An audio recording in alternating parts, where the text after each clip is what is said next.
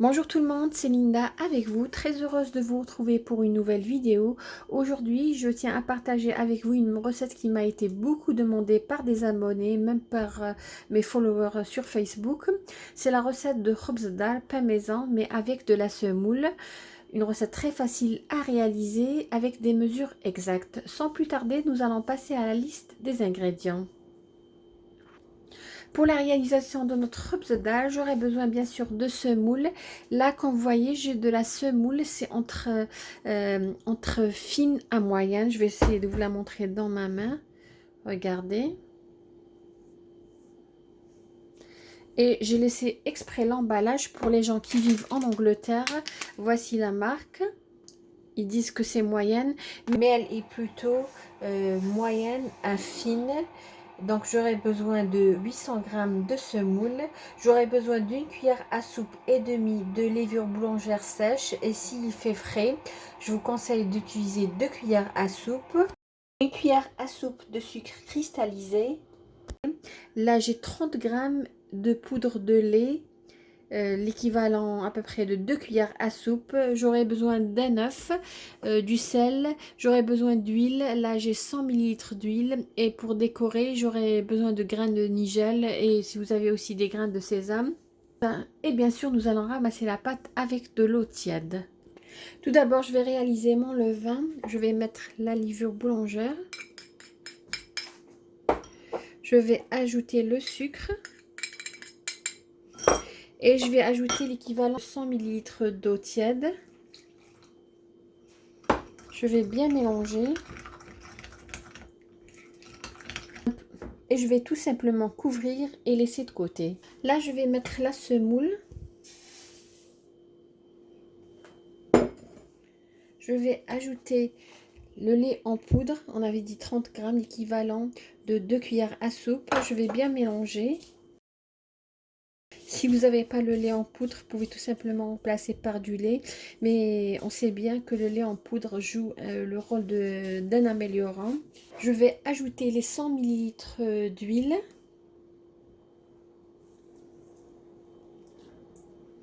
Et je vais bien travailler la pâte jusqu'à incorporer l'huile.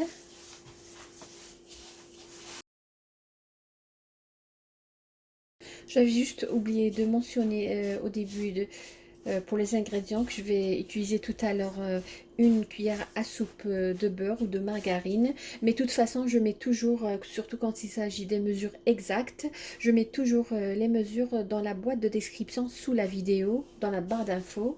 Vous pouvez tout simplement mettre les grains de nigel dans la pâte, ou tout simplement les réserver tout à l'heure, ainsi que les grains de sésame pour juste la décoration. Moi, c'est ce que je vais faire. Là, je vais ajouter le levain.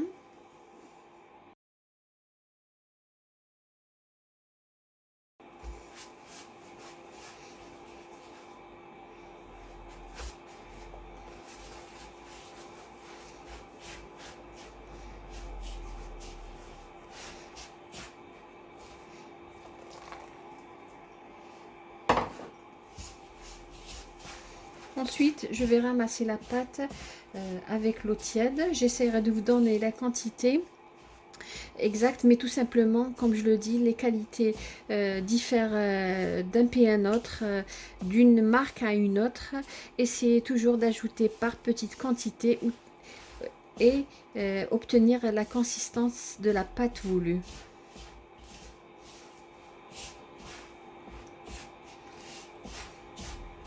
Là, je commence à ramasser la pâte avec de l'eau tiède.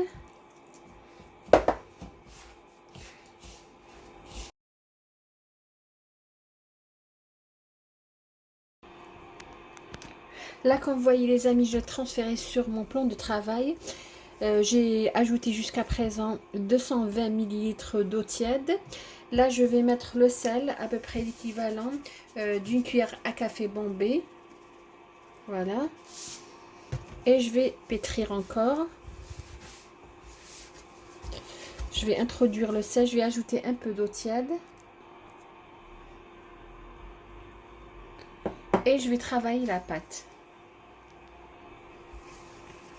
Cette étape peut être réalisée aussi au pétrin, c'est-à-dire si vous avez un pétrin, vous pouvez réaliser cette étape au pétrin, c'est-à-dire le pétrissage, mais sinon tout simplement vous pouvez réaliser ça à la main.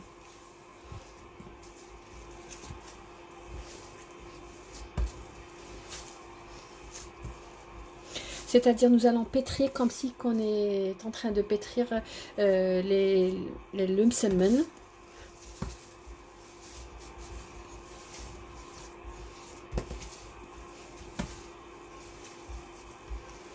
Jusqu'à ce qu'on obtienne une pâte lisse et malléable.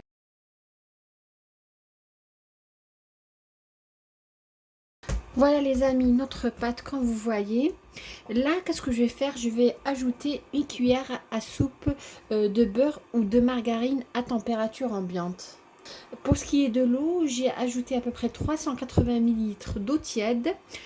Et pour le pétrissage, ça m'a pris à peu près 20 à 25 minutes. Si vous utilisez le pétrin, bien sûr, ça prendra moins de temps. Là, comme je vous ai dit, je vais incorporer une cuillère à soupe de beurre ou de margarine. Voilà. Et je vais l'incorporer jusqu'à obtenir une pâte lisse homogène.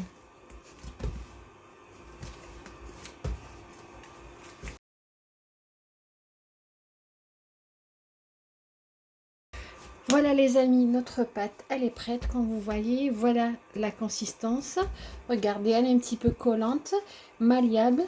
Voilà la texture. Qu'est-ce que je vais faire les amis? Je vais tout simplement la mettre dans un sachet et laisser doubler de volume à peu près 1 heure. Donc je vais mettre dans un sachet. Voilà.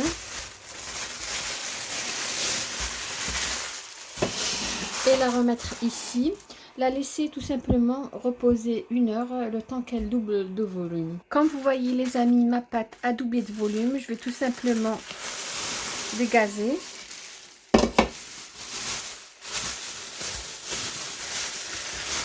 Voilà.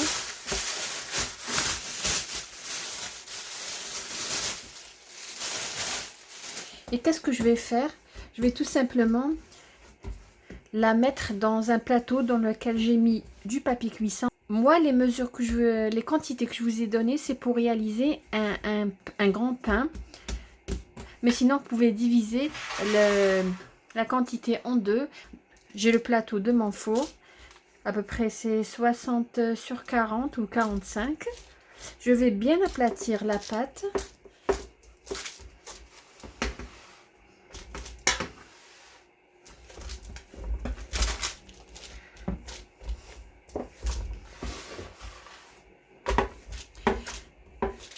C'est-à-dire la pâte doit avoir le même niveau pour que la cuisson soit uniforme. Et je vais tout simplement couvrir et la laisser encore reposer 30 minutes. Ensuite, je vais préchauffer mon four à 180 degrés et bien sûr, sans oublier que nous allons badigeonner par la suite la surface de notre pain. Là les amis, nous allons préparer le mélange avec lequel nous allons badigeonner la surface de notre pain. Là j'ai un jaune d'œuf, une cuillère à soupe de lait, je vais bien mélanger. Entre temps, j'ai préchauffé mon four à 180 degrés. J'avais oublié de mentionner, c'est facultatif, mais le vrai pain Khobzdal, on ajoute toujours une cuillère à soupe d'eau de fleur d'oranger. Moi, j'avais pas, mais sinon, généralement, j'ajoute toujours une cuillère à soupe d'eau de fleur d'oranger.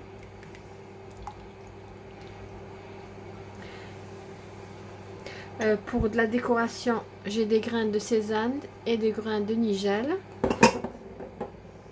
Et voilà mon pain qui a bien pris, regardez, il a doublé de volume. Je vais badigeonner la surface avec de la fleur d'oranger. Pour les gens qui aiment ça, ça donne vraiment un plus, bien parfumé.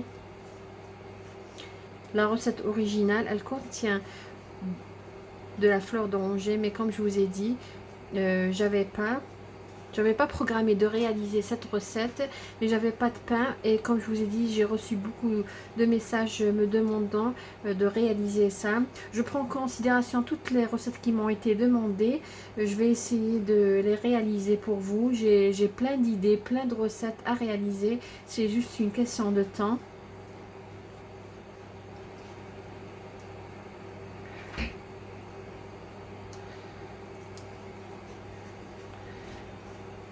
Comme je vous ai dit, les graines de nigel, vous pouvez tout simplement les mettre dans la pâte, ainsi que les graines de sésame. Mais pour les graines de sésame, ce serait bien que les graines de sésame soient torréfiées pour vous donner un bon goût.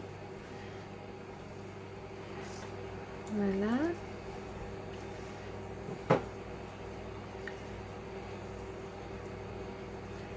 Il y a une abonnée qui m'avait demandé où est-ce que j'ai acheté ce bol. J'ai acheté à peu près une série, je l'ai trouvé à TK Maxx ou tout simplement Home Sense. Il les ramène. J'ai même trouvé en ligne, j'ai commandé en doré. Si ça vous intéresse que je vous fasse une vidéo pour ce qui est de la vaisselle, où je l'achète ou ce que j'achète aussi en ligne.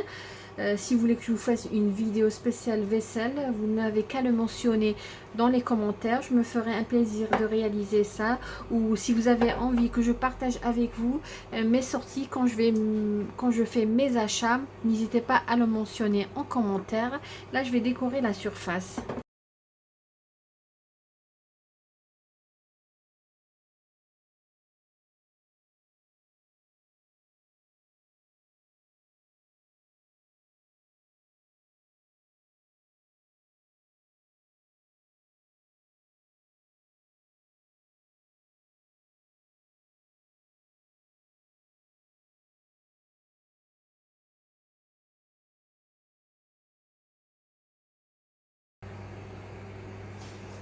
Voilà les amis, j'ai terminé la décoration de mon pain. Je vais l'enfourner à 180 degrés jusqu'à ce que mon pain prenne une belle couleur dorée. Et nous verrons tout à l'heure comment se présente notre pain.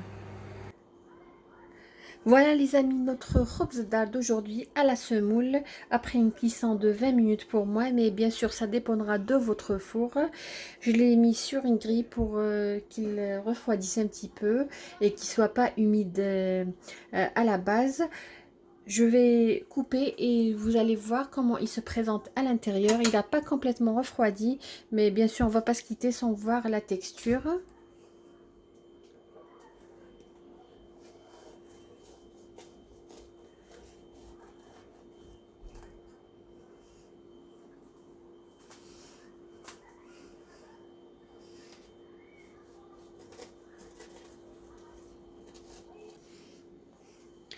Voilà comment il se présente. Regardez-moi. Il est magnifique. Je vais essayer de rapprocher parce qu'il est encore un petit peu chaud. Regardez la texture. Bien aérée.